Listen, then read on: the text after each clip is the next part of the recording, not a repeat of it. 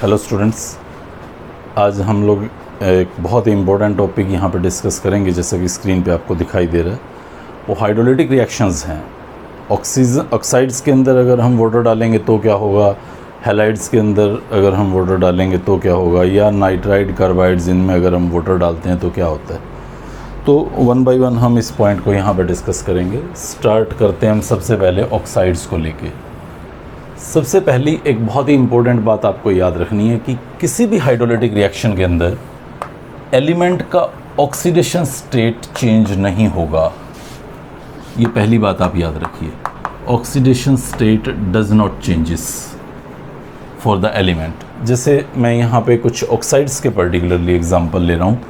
ये मेरे पास carbon dioxide है, ये मेरे पास सल्फ़र डाइऑक्साइड है, ये मेरे पास सल्फ़र डाइऑक्साइड है, या मैं कुछ और ऑक्साइड्स यहाँ पे लूँ तो ये मेरे पास Cl2O7 है या Cl2O3 है। ये पर्टिकुलरली मेरे पास कुछ ऑक्साइड्स के एग्जांपल हैं और भी लंबी लिस्ट हो सकती है। तो आप सिंपल सी बात ध्यान रखें, सबसे पहले आप चेक करें कि क्या ये ऑक्साइड्स एसिडिक हैं। अगर ये ऑक्साइड एसिडिक हैं तो डेफिनेटली ये वाटर में डाले जाने पे एसिड देंगे, और उस एसिड में इस पर्टिकुलर स्पीसीज़ का ऑक्सीडेशन स्टेट चेंज नहीं होना चाहिए। यानी कि अगर मैं कार्बन डाइऑक्साइड के अंदर वाटर डालता हूँ तो इस पर्टिकुलर रिएक्शन में वो एक एसिड देता है जिसमें कार्बन का ऑक्सीडेशन स्टेट +4 होना चाहिए, कार्बोनिक एसिड। या आप सल्फ़र डाइऑक्साइड है जहाँ सल्फ़र +4 ऑक्सीडेशन स्टेट में एग्जिस्ट करता है, अगर आप यहाँ पे वाटर डालते हैं तो ये सेम ऑक्सीडेशन स्टेट का आपको एक एसिड प्रोवाइड करेगा। या सिमिलरली सल्फ़र डाइऑक्साइड +6 की फॉर्म में एग्जिस्ट करता है तो वाटर में डाले जाने पे ये सेम ऑक्सीडेशन स्टेट का एक एसिड प्रोवाइड करेगा। और यही बात आप यहाँ पे भी ऑब्ज़र्व कर सकते हैं। सभी नॉन मेटल्स के ऑक्साइड जो एसिडिक कैरेक्टर के हैं वो वाटर में डाले जाने पे पर्टिकुलर एसिड देते हैं, और उस एसिड में उस एलिमेंट का ऑक्सीडेशन स्टेट आपको सेम रखना है। अगर आप इस टारगेट के साथ इस रिएक्शन को परफॉर्म करेंगे तो डेफिनेटली आप एक परफेक्ट प्रोडक्ट ऑब्टेन कर पाएंगे। ये पहला इम्पोर्टेंट बात है, ऑक्साइड्स का वाटर के साथ रिएक्शन करते हुए किस तरह से आपको एसिड फ्रेम करना है। अब अगर कोई अननोन स्पीसीज़ भी आपके पास हो तो आप ज़्यादा देर नहीं लगाएंगे। लाइक मान लीजिए मेरे पास N2O5 है जहाँ नाइट्रोजन +5 ऑक्सीडेशन स्टेट का है, और मैं अगर इसके अंदर वाटर डालता हूँ तो ये मुझे सेम ऑक्सीडेशन स्टेट का HNO3 यानी कि नाइट्रिक एसिड देगा। ये तो हुई कहानी ऑक्साइड्स को लेके। स्पेसिफिकली नॉन मेटल्स के ऑक्साइड, अगर मैं मेटल के ऑक्साइड लूँ, जैसे मान लीजिए मेरे पास सोडियम ऑक्साइड है या मैग्नीशियम ऑक्साइड है, ये मेटल्स के कुछ ऑक्साइड हैं मेरे पास। तो क्योंकि ये बेसिक नेचर के होते हैं तो इसके अंदर जब हम वाटर डालते हैं तो उस टाइम पे बेस फॉर्मेशन रहेगा। लाइक ये NaOH बनाएगा और ये MgOH बनाएगा। इसमें भी किसी तरह का कोई ऑक्सीडेशन स्टेट में आप ऑब्ज़र्व नहीं करेंगे बदलाव, यानी कि +1 का +1 फॉर्म ही रहेगा और +2 का भी +2 फॉर्म ही एग्जिस्ट करेगा। ये ऑक्साइड्स का हाइड्रोलिसिस था, ऑक्साइड्स की हाइड्रोलिटिक रिएक्शंस, जिसमें आप लोगों ने देखा कि एसिड्स या बेस बनते हैं। अगर मैं न्यूट्रल ऑक्साइड ले लेता हूँ तो न्यूट्रल ऑक्साइड वाटर के साथ कोई स्पेसिफिकली एसिडिक या बेसिक कंपाउंड्स नहीं बनाते हैं, तो ऑक्सीडेशन स्टेट वहाँ पे भी किसी तरह से चेंज नहीं होगी। अगर हम नाइट्राइड्स को देखें तो नाइट्राइड्स में स्पेशली N3 नेगेटिव रहता है, साथ में यहाँ कोई भी एक एलिमेंट अटैच्ड होगा जो नाइट्रोजन से कम इलेक्ट्रोनेगेटिव हो। जैसे हालांकि P ब्लॉक में ये एग्जांपल मुझे ज़्यादा दिखाई नहीं देंगे, लेकिन अगर मैं Mg3N2 मैग्नीशियम का एक नाइट्राइड देखूं जहां नाइट्रोजन 3 नेगेटिव है और Mg2+ है, अगर मैं इसके अंदर वाटर के साथ रिएक्शन ऑब्ज़र्व करूं तो आप ध्यान रख सकते हैं कि सभी नाइट्राइड वाटर के अंदर अमोनिया गैस रिलीज़ करेंगे, सभी नाइट्राइड, क्योंकि सभी में N पे 3 नेगेटिव होगा। जैसे मैग्नीशियम नाइट्राइड दिखा रहा हूँ, या मैं लिथियम नाइट्राइड दिखा सकता हूँ, या मैं एल्यूमिनियम नाइट्राइड दिखा सकता हूँ। उन सभी में आप पाएंगे कि नाइट्रोजन पे 3 नेगेटिव चार्ज है और वो 3 नेगेटिव वाटर के H+ पे अटैक करेगा, 3H फ्रॉम 3 वाटर ये ऑब्टेन करेगा, और जो यहाँ पे 3 OH बच जाएंगे वो इस एल्युमिनियम के साथ सिंपली एक हाइड्रोक्साइड बना के एग्जिस्ट करेंगे। तो इस तरह से चाहे मैग्नीशियम है तो मैग्नीशियम के केस में भी आप यही अमोनिया निकलते हुए पाएंगे और मैग्नीशियम हाइड्रोक्साइड बेस फॉर्म होगा, या अगर आपके पास लिथियम है तो उस सिचुएशन पे भी आपको lithium hydroxide plus ammonia gas का रिलीज़ दिखाएगा। तो सभी नाइट्राइड्स वाटर के अंदर आपको अमोनिया गैस रिलीज़ करते हुए दिखाई देंगे। उसके बाद हमारे पास एक most important I should say ये एस्पेक्ट है, और वो होगा reaction of halides in water, जहाँ से मोस्ट डिस्कशन हमारा आज का रहेगा। तो यहाँ पे हैलाइड्स को मैं 2 कैटेगरीज में बांट देता हूँ। एक हैलाइड्स जो sp2 या sp3 हाइब्रिडाइज्ड होंगे, मतलब no involvement of d orbitals है, उनके अंदर जब बॉन्डिंग हुआ तो उन्होंने किसी तरह से डी ऑर्बिटल्स को इन्वॉल्व नहीं किया। और एक कैटेगरी हम ले लेते हैं जहाँ पे कुछ डी ऑर्बिटल्स इन्वॉल्व होंगी, जिसमें sp3d, sp3d2, sp3d3 ये आपके पास हाइब्रिडाइजेशंस हो सकती हैं, मींस इन्वॉल्वमेंट होगा डी ऑर्बिटल्स का। तो 2 तरह की मैं यहाँ पे अलग अलग हाइब्रिडाइजेशंस देख रहा हूँगा, एक जिसमें डी ऑर्बिटल्स इन्वॉल्व नहीं हैं और एक जिसमें डी ऑर्बिटल्स इन्वॉल्व हैं। 2 तरह के हैलाइड्स आपके सामने यहाँ पे रखेंगे हम, और उनके अंदर देखेंगे कि जब हम हाइड्रोलिसिस करेंगे, मींस वाटर के साथ उसको ऐड करेंगे, तो किस तरह के प्रोडक्ट हम ऑब्टेन कर सकते हैं।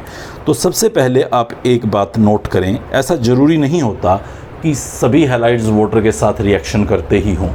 जैसे मैं CCl4 की बात करूं, मैं NF3 की बात करूं, तो ये वाटर में बिल्कुल भी किसी तरह की कोई रिएक्शंस इन्वॉल्व नहीं करते, कोई सॉल्युबिलिटी हाइड्रोलिटिक रिएक्शंस शो नहीं करते। जबकि मैं NCl3 को देखूं, मैं SiCl4 को देखूं, SOCl2 को देखूं, SO2Cl2 को देखूं, या हैलोजन के कुछ कंपाउंड्स ग्रुप 15 के कुछ हैलाइड्स PCl3 को देखूं, PCl5 को देखूं, SF4 देखूं, IF5 देखूं, XeF6 देखूं, ये सब कंपाउंड्स वाटर के अंदर हाइड्रोलिटिक रिएक्शंस दिखाते हैं, रिएक्शंस शो करते हैं। तो हमें सबसे पहले ये देखना है कि क्या कंडीशन है जिसके अंडर मैं ये देखूं कि रिएक्शन पॉसिबल है या नहीं है, वाटर उसके साथ रिएक्शन कर पाएगा या नहीं कर पाएगा। तो सबसे प्राइम पॉइंट है ये कि उसके पास जो नेसेसिटी है हमारी इस रिएक्शंस के लिए, वो नेसेसिटी क्या है कि उसके पास प्रेजेंस ऑफ वैकेंट ऑर्बिटल होना चाहिए, presence of vacant orbitals, either p और d, कोई भी एक ऑर्बिटल उसके पास वैकेंट होनी चाहिए, और दूसरा slight positive charge on that atom हो, तो ये और भी बढ़िया है। या तो हो ही ना, या स्लाइट पॉजिटिव चार्ज हो तो भी रिएक्शंस का कुछ चांस बनता है। जैसे अगर मैं इन नेसेसरी कंडीशंस को कुछ कंपाउंड पे ऑब्जर्व करूं, लाइक मैं देखता हूं सबसे पहले NF3। ये मैं शुरुआत में सिर्फ sp2 या sp3 हाइब्रिडाइज्ड कंपाउंड को लूँगा। तो जैसे मैं NF3 देखता हूँ तो मेरे को 2 एटम दिख रहे हैं, N और F। मैं देखता हूँ N सेकेंड पीरियड का मेंबर है, 2s2 2p3 कॉन्फ़िगरेशन होता है, और फ्लोरीन भी सेकेंड पीरियड का मेंबर है, 2s2 2p5 होता है। तो ये 3 बॉन्ड बनाए हुए हैं, मतलब ये ऑर्बिटल्स भी फिल्ड होगी होंगी, और इसको भी हर एक फ्लोरीन ने 1 बॉन्ड बनाया हुआ है, तो उसका भी हिसाब किताब बराबर है, मतलब उसका भी ऑक्टेट फिल्ड है, कोई खाली ऑर्बिटल नहीं है दोनों के पास। तो इनका वाटर के साथ रिएक्शन करने का कोई चांस नहीं है। सिमिलरली मैं CCl4 को देख रहा हूँ, कार्बन टेट्राक्लोराइड को, तो कार्बन का सेम वही सिचुएशन होता है, कार्बन ऑक्टेट पूरा किया हुआ होता है। जब वो Cl के साथ बॉन्ड बनाएगा तो वो इस तरह से 4 बॉन्ड बनाए हुए हैं, ऑक्टेट उसका कंप्लीट है।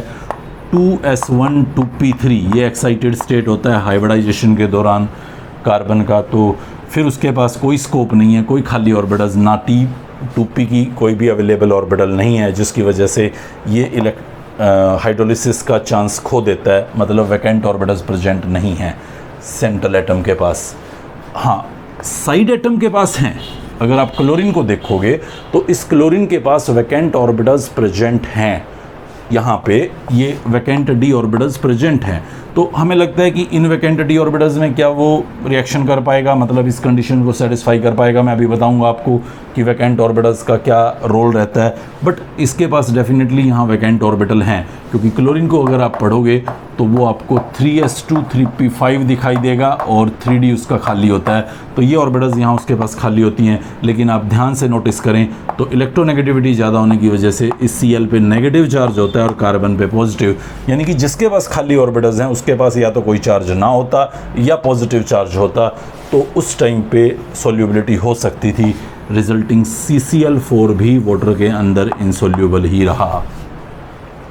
वहीं अगर मैं यहाँ कार्बन की बजाय सिलिकॉन ले आता तो सिलिकॉन आपका फिर 3s2 3p5 हो जाता है। सिलिकॉन टेट्राक्लोराइड में सिलिकॉन का कॉन्फ़िगरेशन देखोगे तो वो 3s2 3p2 सॉरी 5 नहीं था, और एक्साइटेड स्टेट में देखूंगा तो 3s1 3p3 हो जाएगा, यानी कि 4 बॉन्ड बन जाएंगे, बट 3d उसका खाली रहेगा और उन खाली d ऑर्बिटल्स में ये इस पर्टिकुलर कंडीशन को सेटिस्फाई कर रहा है। मोरओवर सिलिकॉन लेस इलेक्ट्रोनेगेटिव है, उसके ऊपर स्लाइट पॉजिटिव चार्ज है, तो दोनों सिचुएशंस मीट आउट हो रही थी, जिसकी वजह से सिलिकॉन क्लोराइड वो वाटर के अंदर सोल्यूबल होगा। तो एक तो मैं सबसे पहले एक रिएक्शन के थ्रू ये बताता हूँ कि ये वैकेंट ऑर्बिटल्स का क्या रोल है। एक एग्जाम्पल पे आप समझ जाइए, फालतू के एग्जाम्पल समझने की ज़रूरत ही नहीं है, उसके बाद तो वन लाइन में जस्ट हम अपनी बात को कंप्लीट करेंगे। जैसे मैं एक एग्जाम्पल ले लेता हूँ आपके पास बोरोन के हैलाइड का। वैसे तो ये एग्जाम्पल क्लास 11th में भी आता था, लेकिन अभी 12th में नए एग्जाम्पल्स के साथ हमें इसको देखना है, तो एक बार उसको रिपीट कर रहा हूँ मैं। यहाँ बोरोन के पास एक खाली ऑर्बिटल होती है, बोरोन sp2 हाइब्रिडाइज्ड होता है, प्लेनर स्ट्रक्चर होता है, और बोरोन लेस इलेक्ट्रोनेगेटिव है, मतलब बोरोन के पास खाली ऑर्बिटल भी है और इलेक्ट्रोनेगेटिविटी डिफरेंस की वजह से बोरोन पे पॉजिटिव चार्ज भी है। तो अब जब मैं इसके अंदर वाटर ऐड करता हूँ तो ऑक्सीजन के लोन पेयर्स यहाँ पे अटैक करेंगे। बोरोन इलेक्ट्रॉन डेफिशिएंट स्पीसीज होती है, बड़ा चमत्कारिक एलिमेंट है ये। एक पल को इसको इलेक्ट्रॉन्स की बहुत ज़्यादा ज़रूरत है, ऑक्टेट पूरा नहीं हुआ, किसी डोनर को ये एक्सेप्ट करेगा, किसी डोनर से इलेक्ट्रॉन पेयर को बहुत फटाक से एक्सेप्ट करेगा, लेकिन एक्सेप्ट करते ही ये डोनेशन की टेंडेंसी दिखाने लग जाता है। मतलब इसको ऐसा लगता है कि मैं बहुत रिच हो गया हूँ इलेक्ट्रॉन्स का, तो ये इलेक्ट्रॉन पेयर्स को फिर डोनेट करने की भी टेंडेंसी शो करता है। बहुत ही अजीबोगरीब बिहेवियर है इसका। सी आप यहाँ पे देखें, ये बोरोन के पास जब खाली ऑर्बिटल थी तो वो ऑक्सीजन से इलेक्ट्रॉन लेने को बुरी तरह से आतुर था, बहुत एफिनिटी के साथ वो इलेक्ट्रॉन लेना चाहता था, रिजल्टिंग बी पे नेगेटिव चार्ज आ गया, ओ पे पॉजिटिव। न्यूट्रल स्पीसीज थी, कोई इलेक्ट्रॉन उसको डोनेट करेगा उसकी ऑर्बिटल में तो उसके ऊपर नेगेटिव चार्ज आ जाएगा, ओ पे रिजल्टिंग पॉजिटिव चार्ज आ जाएगा। फिर ओ अपने पॉजिटिव को रिमूव करने के लिए यहाँ से H+ को छोड़ देता है, क्योंकि ऑक्सीजन के साथ लगा हुआ H+ बहुत ईजिली रिमूवेबल होता है। अपने पॉजिटिव को हटाने के लिए वो H+ को यहाँ से रिलीव कर देता है, और हमारे पास ये स्पीसीज कुछ इस तरह से बदल जाएगी। ये एक OH लग गया और ये 2 Cl लगे हुए हैं, रादर 3 Cl लगे हुए हैं। अब ये बोरोन क्योंकि उसके ऊपर नेगेटिव चार्ज आ गया है, मतलब वो इलेक्ट्रॉन पेयर्स को अब डोनेट करने की टेंडेंसी रख रहा है। हालांकि कोई एक्स्ट्रा इलेक्ट्रॉन नहीं है, ऑक्टेट ही कंप्लीट है इसका, जस्ट कोई पेयर ऑफ इलेक्ट्रॉन नहीं है इसके पास जो हम अमोनिया में देखते हैं, बट स्टिल ये अपने उस नेगेटिव चार्ज को ऐसा समझ लेता है कि मैं डोनेटर बन गया हूँ, अब मेरे ऊपर नेगेटिव चार्ज है, जबकि ये फॉर्मेलिटी का चार्ज होता है। बट उस कन्फ्यूजन में, उस नेगेटिव चार्ज की फॉर्म में वो यहाँ से इस Cl को विद इलेक्ट्रॉन डोनेशन कर देता है, यानी कि Cl नेगेटिव को यहाँ से आउट कर देता है, और Cl नेगेटिव को आउट करने के बाद ये यहाँ पे 2 Cl और 1 OH, यानी कि फिर दोबारा से वही इलेक्ट्रॉन्स का भूखा प्राणी बन जाता है। मतलब एक बार को उसने इलेक्ट्रॉन लिया, लेते ही समझा मैं शहंशाह हूँ, Cl को बाहर कर दिया कि भाई मेरे पास तो ऑलरेडी नेगेटिव चार्ज है, उस नेगेटिव को मैं क्यों रखूं, इस Cl को बाहर कर दूं। Cl को बाहर करते ही फिर वैसा ही डेफिशिएंट, बट इस सारे प्रोसेस के दौरान क्या हुआ, OH वहाँ पे आके लग गया और Cl आउट हो गया। यहाँ से H+ निकाला था, यहाँ से Cl, मीन्स HCl आपका आउट हो गया और एक OH एक Cl की बजाय लग गया। फिर दोबारा सिस्टम वैसा ही तैयार है। अब फिर एक वाटर यहाँ पे आएगा, अटैक करेगा, ठीक वैसे ही एक Cl को हटाएगा और ऐसा करते करते फाइनली आप क्या पाएंगे कि बोरोन के तीनों Cl हट जाते हैं और उसकी जगह पे 3 OH लग जाते हैं। तो पर्टिकुलरली अगर कोई मुझसे पूछ रहा है कि BCl3 में वाटर डाले जाने पे क्या होगा, ये तो मैंने मैकेनिज़्म बताया जो कि हम लोग हर रिएक्शन पे फॉलो नहीं कर रहे होते, रादर एक ट्रिक के सहारे इसकी प्रोडक्शन का आइडिया लेंगे कि ये क्या बनाने वाला है। तो BCl3 था मेरे पास, मैंने उसके अंदर वाटर डाला। पहले चेक कर लो कि ये sp3d या d2 या मतलब d इन्वॉल्व तो नहीं है, तो आपको स्पष्ट पता चल जाएगा ये sp2 हाइब्रिडाइज्ड है, मतलब कोई d ऑर्बिटल्स इन्वॉल्व नहीं है। तो आप ऐसी सिचुएशन में क्या करें, जितने हैलाइड लगे हुए हैं उतने वाटर उसके अंदर डालिए, सभी हैलाइड्स को बाहर निकालिए और उनके बदले में उसको OH दीजिए, वाटर का OH। तो ये सिंपल सा आपका रिएक्शन बन जाएगा। मतलब जितने Cl लगे हैं या जितने हेलोजन्स लगे हैं, Cl की बजाय BrF भी हो सकते हैं, मिक्स्ड भी हो सकता है, ये उतने वाटर आप डाल दीजिए, वो Cls को आउट करेगा और बदले में OH उसको देगा, HCl के साथ चिपक जाएंगे। या मैं आपको एक और एग्जांपल दिखाऊं, SiCl4 वाटर डालना है मुझे, अभी रुकिए, पहले चेक कर लीजिए क्या d ऑर्बिटल्स इन्वॉल्व तो नहीं है, तो आपको पता चलेगा कि ये sp3 हाइब्रिडाइज्ड है, मतलब कोई d ऑर्बिटल्स इन्वॉल्व नहीं है। तो आप जितने क्लोरीन हैं उतने वाटर डालिए। फिर आप क्या करेंगे, इन चारों को हटाइए और यहाँ से 4 OH लाइए, 4 OH इस सिलिकॉन के साथ अटैच कर दीजिए और 4 HCl के साथ आउट कर दीजिए। तो ये हमारे पास बिल्कुल सिंपल सा सिस्टम रहता है जिसमें आप हाइड्रोलिसिस इसकी ऑब्ज़र्व कर पाएंगे। कुछ और एग्जांपल लूँ मैं यहाँ पे जहाँ d ऑर्बिटल्स इन्वॉल्व नहीं होंगी। C, तो मेरे पास एक कंपाउंड है, let me right here SOCl2। ये थियोनिल क्लोराइड होता है, थियोनिल क्लोराइड। अगर आप इसके स्ट्रक्चर को जाके देखें तो ये ऐसा एक स्ट्रक्चर रहता है, कोई d ऑर्बिटल्स इन्वॉल्व नहीं है इसकी हाइब्रिडाइजेशन के अंदर। और अगर मैं इसकी हाइड्रोलिसिस करवाना चाहूँ तो it is very straight and simple.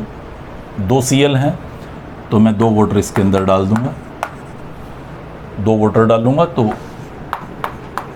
2 OH वहाँ पे लगा दूँगा और 2 Cl 2 H के साथ आउट हो जाएंगे। तो ये मेरे पास सल्फ्यूरस एसिड H2SO3 एक पर्टिकुलर स्पीसीज बन के तैयार है। यहाँ पे एक lone pair as it is रहेगा, ये सल्फ्यूरस एसिड है H2SO3, थियोनिल क्लोराइड का वाटर के साथ हाइड्रोलिसिस। सिमिलरली अगर मैं सल्फ्यूरिल क्लोराइड देखूँ, सी हियर, ये मेरे पास सल्फ्यूरिल क्लोराइड है SO2Cl2, ऐसी शक्ल है इसकी, S double bond O Cl। तो इसके अंदर भी कोई d ऑर्बिटल्स इन्वॉल्व नहीं है। अगर मैं इसके अंदर वाटर डालूँ, कितना 2 Cl है तो 2 वाटर डाल देता हूँ, 2 HCl आउट कर दूंगा और यहाँ 2 Cl की बजाय 2 OH लगा दूंगा। तो ये मेरे पास सल्फ्यूरिक एसिड H2SO4 बन जाएगा। ये सभी केसेस जो मैं दिखा रहा हूँ आपको अभी, उन सभी में किसी के अंदर भी d ऑर्बिटल्स इन्वॉल्व नहीं कर रहे हैं हम। एक और एग्जांपल देखिए, NF3। तो मैं पहले ही बता चुका हूँ n के पास कोई खाली ऑर्बिटल नहीं है, f के पास कोई खाली ऑर्बिटल नहीं है, तो बात करना बेकार रहेगा। रिजल्टिंग मैं NCl3 पे आ जाता हूँ। ये हमारा NCl3 है। जहाँ नाइट्रोजन के पास तो डेफिनेटली कोई ऑर्बिटल नहीं है खाली, बट Cl के पास यहाँ पे वैकेंट ऑर्बिटल्स होती हैं, d ऑर्बिटल्स। थर्ड पीरियड का मेंबर है, 3s2 3p5 कॉन्फ़िगरेशन था, 3d खाली पड़ा हुआ था। तो अब जब मैं वाटर डालूंगा तो आप देखिए वाटर इधर तो आ ही नहीं सकता, इसके पास खाली ऑर्बिटल्स नहीं है। मोरओवर n और c की इलेक्ट्रोनेगेटिविटी लगभग सेम होती है, तो इसके ऊपर थोड़ा बहुत माइनर सा पॉजिटिव हो सकता है, ना भी हो तो छोड़ो, हमें ज़्यादा नहीं टेंशन, क्योंकि खाली ऑर्बिटल हैं और इलेक्ट्रोनेगेटिविटी लगभग सेम है। तो ऑक्सीजन अपने इलेक्ट्रॉन्स के साथ इस Cl पे अटैक करेगा, ना कि सेंट्रल एटम n पे, जैसा कि मैं बोरोन में दिखा रहा था। वो Cl की खाली ऑर्बिटल्स पे अटैक करेगा, और जब वो Cl की खाली ऑर्बिटल्स पे अटैक करेगा तो आप देखिएगा कैसा सीन बनने वाला है। इसको थोड़ा सा फोकस करें, समझने की कोशिश करें, ताकि कभी भी आप इस पे गलती ना करें। ये देखेंगे आप, ये ऐसा कुछ सीन क्रिएट होगा। O पे अपना वही पॉजिटिव आ गया, उसने Cl की खाली ऑर्बिटल में इलेक्ट्रॉन डोनेट किया, Cl पे स्लाइट नेगेटिव आ गया।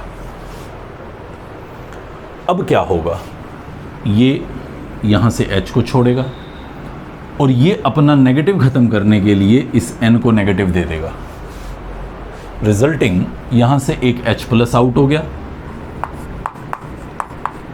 इस बॉन्ड के टूटने से ये स्पीसीज आपकी आउट हो रही है, हाइपोक्लोरस एसिड HOCl। और पीछे क्या बन रहा है, NCl नेगेटिव, ये नेगेटिव इसके H को ले लेगा, तो मतलब फॉर द टाइम बिंग आपकी स्पीसीज बनी NHCl2 प्लस हाइपोक्लोरस एसिड। इसको ध्यान से समझें, यहाँ से एक H निकला होगा, प्लस हटाने के लिए N पे नेगेटिव आया, उसने इस H+ को ले लिया, और हाइपोक्लोरस एसिड 3 Cl हैं, रिजल्टिंग 3 वाटर आप डालिए। अब की बार वो Cl के साथ OH जाना है, Cl के साथ OH जाना है, तो 3 हाइपोक्लोरस एसिड फाइनली आपको बनते दिखेंगे। जब फर्दर आगे रिएक्शन दिखाएंगे आप वाटर के साथ, अब पहले 1 मोल के साथ दिखाया, अब 2 के साथ एक साथ दिखा रहा हूँ, तो आपको NH3 दिखाई देगा और 2 मोल HClO यानी कि हाइपोक्लोरस एसिड के HOCl लिख दो या HClO लिख दो, कोई फ़र्क नहीं पड़ता उस बात से। ये 2 मोल हाइपोक्लोरस एसिड, 2 यहाँ और 1 यहाँ, टोटल 3 मोल हाइपोक्लोरस एसिड मिले और 1 अमोनिया मिला।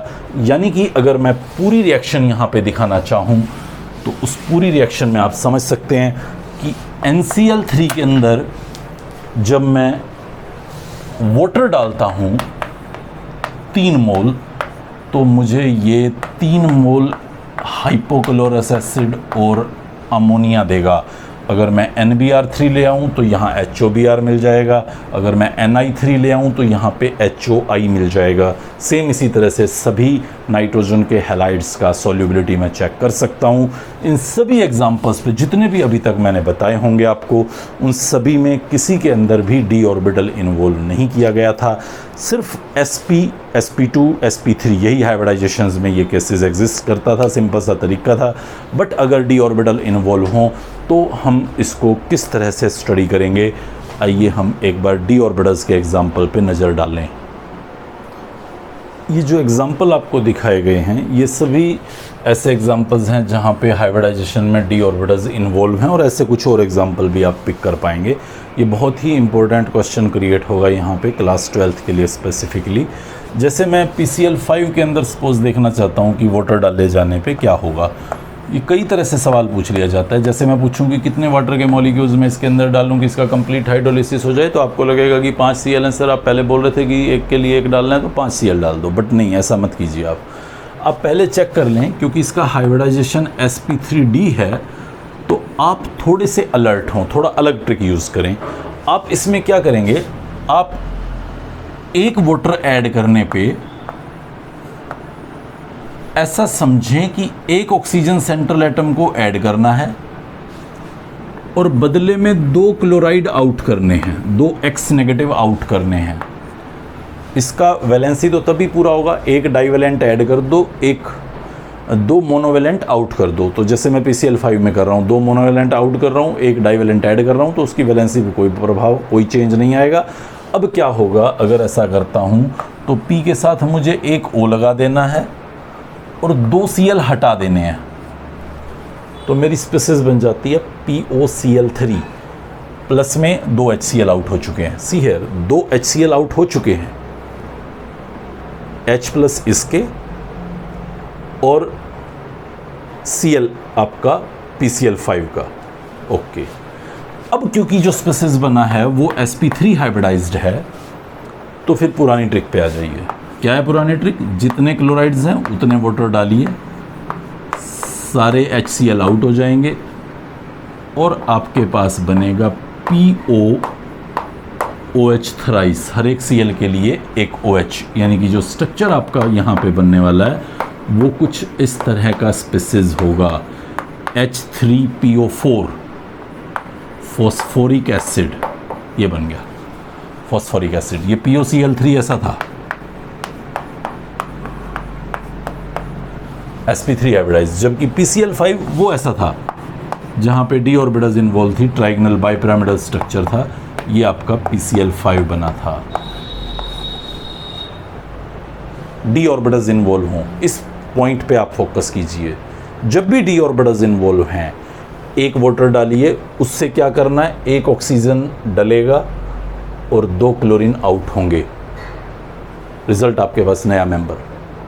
और जब तक sp3d या d ऑर्बिटल्स इन्वॉल्व हैं, यहाँ तो बाई चांस पहले स्टेप पे खत्म होगी, अगर मान लो ये d3 होता और फिर d2 d1 बने, तो तब तक इसी फॉलो करें। जैसे ही वो sp2 sp3 की फॉर्म पे आए, तब आप अपने पुराने तरीकों मीन्स एक Cl हटाएं, एक OH लगाएं, इस पुराने तरीके को फॉलो करें। लाइक मैं आपके सामने एक और एग्जांपल यहाँ पे पुट करूँ IF5 का, या पहले एक बार IF3 का कर देता हूँ, स्टेप बाय स्टेप बढ़ेंगे। ये हमारे पास IF3 है, तो आप देख सकते हैं इसमें sp3d हाइब्रिडाइजेशन है, तो d ऑर्बिटल्स इन्वॉल्व हैं। आप सिर्फ एक वाटर डालिए, स्टेप बाय स्टेप आप इसकी हाइड्रोलिसिस कीजिए। मोरओवर पिछले क्वेश्चन को ध्यान रखें आप, एक बार एक इंपॉर्टेंट बात मिस कर गया मैं। PCl5 के अंदर अगर मैं 1 मोल वाटर डालता हूँ तो मुझे POCl3 प्लस 2 HCl मिलता है।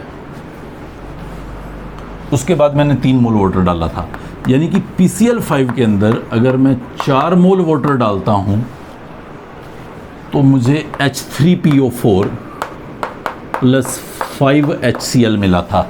अब नोटिस कीजिएगा, प्योर रट्टा मत मारिए, दिमाग लगा के काम कीजिएगा। यहाँ पे HCl वही 5 निकले हैं, लेकिन वाटर के मोल 4 इन्वॉल्व हुए हैं। पहले वाटर के मोल ने 2 HCl जनरेट कर दिए थे, उसके बाद वालों ने हर एक वाटर ने 1 HCl को जनरेट किया है। तो ये कंप्लीट हाइड्रोलिसिस है PCl5 की, जबकि ये पार्शियल हाइड्रोलिसिस है PCl5 की। ये partial hydrolysis with 1 mole water है, फिर उसके बाद ये कंप्लीट हाइड्रोलिसिस हुआ विद 4 मोल। अगर वो बाई चांस कह दें कि 2 मोल वाटर डालना है, तो 2 मोल वाटर डालने पे क्या होगा, सी हियर, ये आपका 1 मोल वाटर के साथ बना था, 2 मोल वाटर कह रहा है, यानी कि एक और, तो बस ये बनाइए। अगर सपोज़ वो 2 मोल वाटर यानी कि टोटल 3 मोल वाटर डाल रहा है, इसके अंदर 2 मोल बोल रहा था, तो ये 2 OH बनाएगा। अगर वो PCl5 के अंदर 4 मोल वाटर डालता है या POCl3 के अंदर 3 मोल वाटर डालता है, तब आपको ये H3PO4 बनाना है। वैसे नॉर्मली पार्शियल और कंप्लीट हाइड्रोलिसिस रहती हैं, तो पार्शियल हाइड्रोलिसिस में ये दिखाएं और कंप्लीट हाइड्रोलिसिस में ये दिखाएं, बट याद रखें कि 5 वाटर के मोल यूज़ नहीं होंगे। IF3 को देखिए, एक वाटर डाला तो 2F हटा दो, 1 O लगा दो, 2F हटा दो, 1 O लगा दो, F नेगेटिव 2H को ले लेंगे, यानी कि 2HF प्लस आपका ये प्रोडक्ट बन गया IOF। अब इसके अंदर कोई d ऑर्बिटल्स इन्वॉल्व नहीं है, और जब d ऑर्बिटल्स इन्वॉल्व नहीं है तो जब मैं वाटर डालता हूँ तो ये I डबल बॉन्ड OOH, ये पर्टिकुलर HiO2 आयोडस एसिड है, ये आयोडस एसिड, तो आपका ये पर्टिकुलर प्रोडक्ट बन जाएगा आयोडस एसिड। जब आप IF3 का कंप्लीट हाइड्रोलिसिस करेंगे, पार्शियल हाइड्रोलिसिस करेंगे तो IOF बनेगा, कंप्लीट हाइड्रोलिसिस पे HiO2 बनेगा। अगर आप IF5 लेते हैं, पहले इसकी हाइब्रिडाइजेशन को चेक करना, ये sp3d2 होगा, मतलब d ऑर्बिटल्स इन्वॉल्व हैं। तो चलिए स्टेप बाय स्टेप आगे बढ़ता हूँ। पहले एक वाटर डालूंगा, ये 2F को आउट करेगा, 1 ऑक्सीजन को ऐड करेगा, तो IOF3 ये मेरा प्रोडक्ट बनेगा। फिर मैं इसके अंदर वाटर डालता हूँ, अभी भी डी ऑर्बिटल्स इन्वॉल्व हैं स्ट्रक्चर के अंदर। हाइब्रिडाइजेशन आप प्रेडिक्ट करेंगे, sp3d हाइब्रिडाइजेशन आएगा इसका। और हाइब्रिडाइजेशन प्रेडिक्शन में भी दिक्कत लग रही हो तो आप सेपरेटली मुझसे कांटेक्ट कर सकते हैं, मैं उसका भी आपको तरीका बता दूंगा। आज उस हाइब्रिडाइजेशन को यहाँ डिस्कस करने का कोई लॉजिक नहीं है, किसी और पॉइंट पे आपको बताएंगे। ये IOF3 sp3d डी इन्वॉल्व है, तो डी इन्वॉल्व है तो फिर वही स्टेप कीजिए, एक ऑक्सीजन को ऐड कीजिए, 2 F को माइनस कीजिए, मतलब आपका बन जाएगा IO2F। सही है। फिर दोबारा से अब एक ही F बचा हुआ है, एक वाटर को डालिए, तो ये आपका बन जाएगा IO2OH, यानी कि HiO3 iodic acid, HiO3 iodic acid बन जाता है ये। तो इस तरह से आपकी कहानी यहाँ पे आके रुकती है। अगर मैं IF7 ले लेता हूँ, see very clearly and very carefully, IF7 का हाइब्रिडाइजेशन अगर आप ऑब्जर्व करें तो वो भी डी ऑर्बिटल्स को इन्वॉल्व किए हुए है। sp3d3 हाइब्रिडाइजेशन होता है, और sp3d3 हाइब्रिडाइजेशन में आपका फिर वही सिस्टम शुरू हो जाएगा। स्टेप बाय स्टेप हाइड्रोलिसिस कर रहा हूँ। टोटल वाटर के कितने मोल डलेंगे उसको बनाने में, इसको बनाने में, वो सब आप देख सकते हो। मतलब IF5 का अगर मुझे HiO3 बनाना है तो just 3 mole water are required. IF7 sp3d3 hybridization है, एक वाटर डालूंगा, एक ऑक्सीजन ऐड होगा, 2 F आउट होंगे, तो मेरा एग्जाम्पल होगा IOF5। फिर एक वाटर ऐड करता हूँ, अभी डी ऑर्बिटल्स इन्वॉल्व हैं, एक ऑक्सीजन ऐड होगा, 2 F आउट होंगे, IO2F3। अभी भी डी ऑर्बिटल्स इन्वॉल्व हैं, फिर दोबारा से एक वाटर ऐड कीजिए तो मुझे ये देगा IO3F। अब ये डी ऑर्बिटल्स इन्वॉल्व नहीं है हाइब्रिडाइजेशन में, और डी ऑर्बिटल्स इन्वॉल्व नहीं है तो जस्ट एक F की बजाय एक OH लगाइए, यानी कि HiO4 पर आयोडिक एसिड। एक बहुत ही स्ट्रॉन्ग एसिड रहता है पर आयोडिक एसिड, तो ये पर आयोडिक एसिड आपके पास बनेगा HiO4 जब आप IF7 का कंप्लीट हाइड्रोलिसिस करते हैं। 1 2 3 और ये 4 वाटर के मोल रिक्वायर्ड थे IF7 का पर आयोडिक एसिड बनाने में। तो इस तरह से आप स्टेप बाय स्टेप हाइड्रोलिसिस देख सकते हैं। ये यहाँ रुके पार्शियल हाइड्रोलिसिस है, यहाँ रुके पार्शियल हाइड्रोलिसिस है, यहाँ रुके पार्शियल हाइड्रोलिसिस है, ये अब आपकी यहाँ कंप्लीट हाइड्रोलिसिस है। तो जहाँ भी लास्ट स्टेप पे जाके मैं रुक रहा हूँ वो सब कंप्लीट हाइड्रोलिसिस थे, बट बीच में कहीं पे भी रुकूँ फर्स्ट सेकंड थर्ड स्टेप पे तो वो सब पार्शियल हाइड्रोलिसिस के स्टेप्स थे। और एक बहुत इंपॉर्टेंट एग्जांपल यहाँ पे XeF6। तो इस XeF6 को अगर आप देखें तो ये एक्चुअली sp3d3 हाइब्रिडाइजेशन है, मतलब डी ऑर्बिटल्स इन्वॉल्व हैं। तो जब डी ऑर्बिटल्स इन्वॉल्व हैं तो मैं अपने उसी ट्रिक पे चल रहा हूँ। मैं एक वाटर डालूंगा, यानी कि एक ऑक्सीजन डालूंगा, 2 F को हटाऊंगा, तो ये मुझे XeOF4 देगा। फिर एक बार मैं वाटर डालूंगा तो ये फिर एक बार वही सीन दोहराएगा, XeO2F2 बनाएगा। फिर मैं इसको एक बार वाटर दूंगा तो ये मुझे XeO3 देगा। मुझे लग रहा है बात समझ में आ रही होगी। हर स्टेप पे एक ऑक्सीजन ऐड किया, 2 हेलोजन लगाए, एक ऑक्सीजन ऐड किया, 2 हेलोजन हटाए, एक ऑक्सीजन ऐड किया, 2 हेलोजन्स हटाए। तो इस तरह से फाइनल XeF6 का कंप्लीट हाइड्रोलिसिस ये देगा। पार्शियल हाइड्रोलिसिस आप कर रहे हैं तो 1 मोल वाटर के साथ ये देगा, 2 मोल वाटर्स के साथ ये देगा। इस तरह से आप इन हैलाइड्स का, स्पेसिफिकली पी ब्लॉक एलिमेंट्स के हैलाइड्स का कंप्लीट हाइड्रोलिसिस या पार्शियल हाइड्रोलिसिस ईजिली प्रेडिक्ट कर सकते हैं। एक और बहुत इंपॉर्टेंट छोटा सा टॉपिक यहाँ पे डिस्कस करेंगे जो पी ब्लॉक की रिएक्शंस में हमें हेल्प करेगा। Heating effect of ammonium salts, carbonates, nitrates, sulphides, sulphates, oxy acids. Brief में समझते जाइए, बट ये सारी हर एक ग्रुप के अंदर हमें काम आएगा। अमोनियम साल्ट्स का हीटिंग इफेक्ट देखें। ये मेरे पास कोई अमोनियम सॉल्ट है, साथ में क्या है अभी डिस्क्लोज्ड नहीं है। जब भी मैं इसको गर्म करता हूँ तो मुझे 2 तरह की रिएक्शंस दिखाई देती हैं। एक टाइप ऑफ द रिएक्शन में मुझे नाइट्रोजन गैस रिलीज़ होता दिखाई देता है, दूसरी टाइप ऑफ रिएक्शंस में मुझे अमोनिया गैस रिलीज होता दिखाई देता है। तो कब नाइट्रोजन गैस निकलेगा और कब अमोनियम निकलेगा, इसका बड़ा सिंपल सा तरीका है। आप देखें, अगर अमोनियम के साथ कोई अच्छा ऑक्सीडाइजिंग एजेंट लगा हुआ हो, लाइक सपोज अमोनियम डाइक्रोमेट है, तो डाइक्रोमेट एक अच्छा ऑक्सीडाइजिंग एजेंट होता है, क्रोमियम +6 मैक्सिमम ऑक्सीडेशन स्टेट में और हमेशा अपनी ऑक्सीडेशन स्टेट को घटाना चाहता है। या आप अमोनियम मैग्नेट देखें, तो MnO4 नेगेटिव बहुत अच्छा ऑक्सीडाइजिंग एजेंट होता है। आगे चल के हम लोग पढ़े भी गए कि वो क्यों अच्छा ऑक्सीडाइजिंग एजेंट है, बट टेम्परेरीली आप इस बात को देख सकते हैं कि मैग्नीज अपनी मैक्सिमम +7 की ऑक्सीडेशन स्टेट में है, तो ये भी घटाने की ही कोशिश करता है और ये एक पावरफुल ऑक्सीडाइजिंग एजेंट है। या अमोनियम नाइट्राइट की बात करूं मैं यहाँ पे, तो ये भी एक अच्छा ऑक्सीडाइजिंग एजेंट कह सकता हूँ मैं इसको, जो अमोनियम नाइट्राइट के साथ प्रेजेंट है। और जब भी मैं इन सब स्पीसीज को हीट करूँगा तो मुझे नाइट्रोजन गैस मिलेगा। यहाँ एक और इम्पोर्टेंट पॉइंट मैं बता देता हूँ, अगर मैं अमोनियम नाइट्रेट ले लेता हूँ, जो कि नाइट्रेट और भी अच्छा पावरफुल ऑक्सीडाइजिंग एजेंट है, वहाँ पे भी हीटिंग करने पे नाइट्रोजन तो बनता है, लेकिन ये इतना पावरफुल है कि उस नाइट्रोजन को भी फर्दर ऑक्सीडाइज करके लाफिंग गैस बनाता है, N2O लाफिंग गैस बना देता है। बट ये सभी हीट किए जाने पे नाइट्रोजन देते हैं। वहीं अगर अमोनिया के साथ कोई एक ऐसी स्पीसीज अटैच्ड है जो कोई पावरफुल ऑक्सीडाइजिंग एजेंट नहीं है, लाइक अमोनियम ब्रोमाइड को आप ले सकते हैं, अमोनियम क्लोराइड को आप ले सकते हैं, तो उनको जब मैं हीट करता हूँ तो मुझे अमोनिया गैस रिलीज होती हुई दिखाई देगी। ये एक छोटा सा पॉइंट आप यहाँ पे याद रखिएगा, अमोनियम साल्ट्स का हीटिंग इफेक्ट। दूसरा पॉइंट देखें, कार्बोनेट्स। बहुत आसान है, मेटल्स के कार्बोनेट गर्म किए जाने पे मेटल का ऑक्साइड बनाते हैं और कार्बन डाइऑक्साइड ये गैस रिलीज करते हैं। थोड़ा अलर्ट रहें कि M आपका एल्कली मेटल नहीं होना चाहिए, लिथियम, पोटेशियम, रुबिडियम, सीजियम ये नहीं होने चाहिए। लिथियम हो सकता है, लिथियम में कोई इशू नहीं है, बट ये नहीं होने चाहिए। इसके अलावा M आपका मरकरी, गोल्ड, सिल्वर, प्लेटिनम ये भी नहीं होने चाहिए। इस केस में भी आपको मेटल का ऑक्साइड नहीं मिलेगा।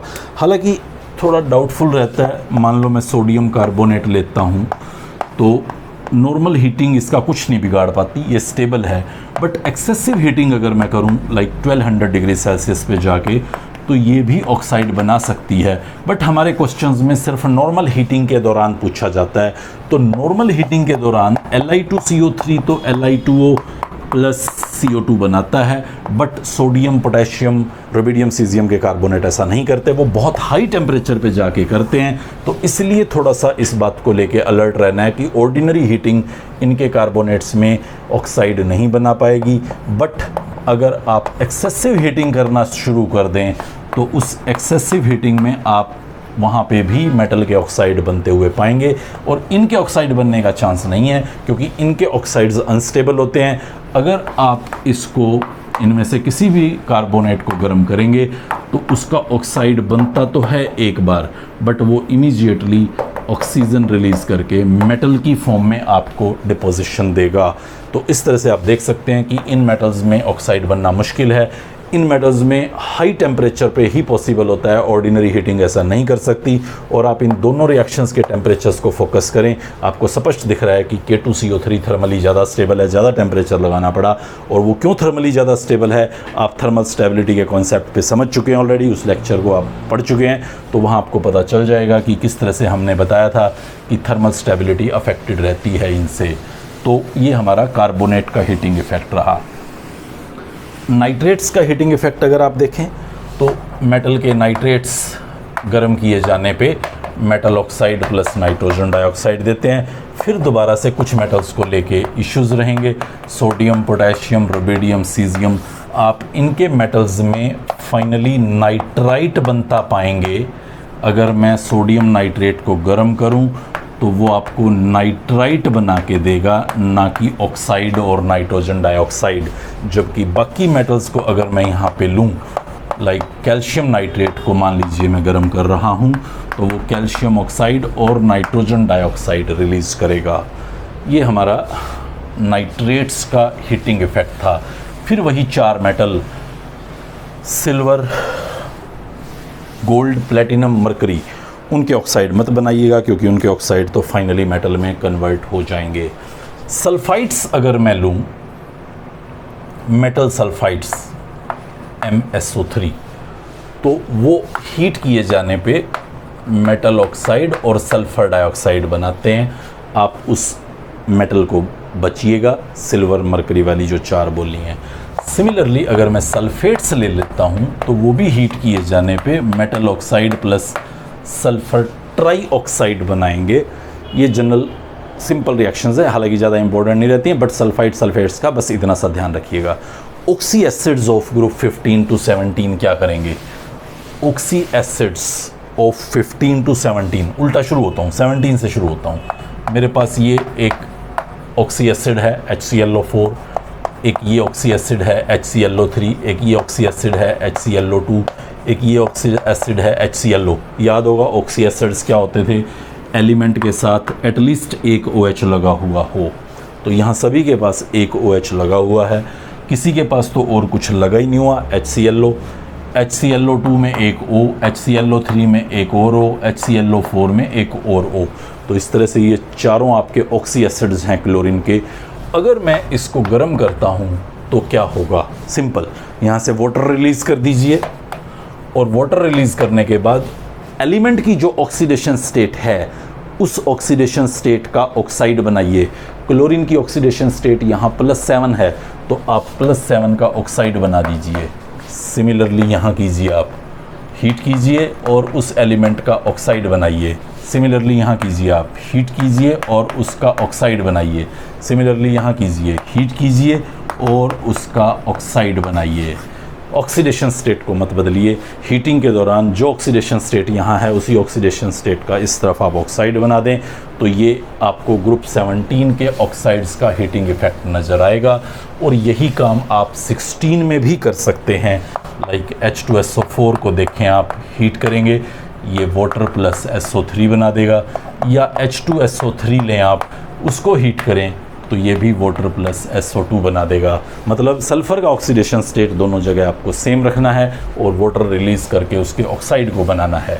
ग्रुप 15 वाले में थोड़ा सा कंसंट्रेट करें आप।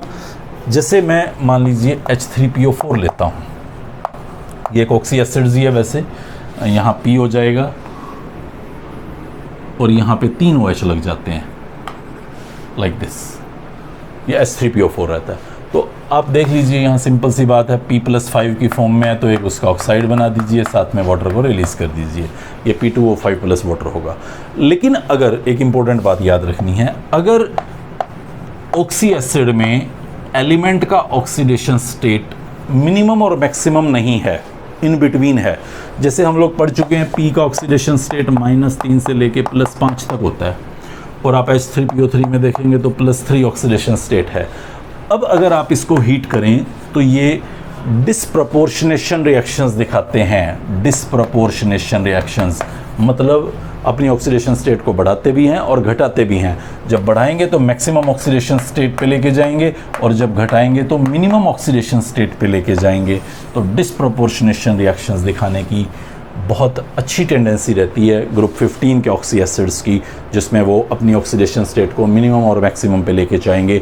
ये हालांकि काफ़ी हद तक क्रैमिंग भरा टॉपिक है, बट क्वेश्चंस को सॉल्व करने के लिए, पी ब्लॉक की रिएक्शंस को कंप्लीट करने के लिए इस पूरे कॉन्सेप्ट को याद रखना बहुत ही ज़रूरी है। मुझे उम्मीद है आप इसको अच्छे से लर्न कर पाएंगे। क्रैमिंग ही है, लर्निंग ही करनी है, अच्छे से पढ़ें इसको। Good bye.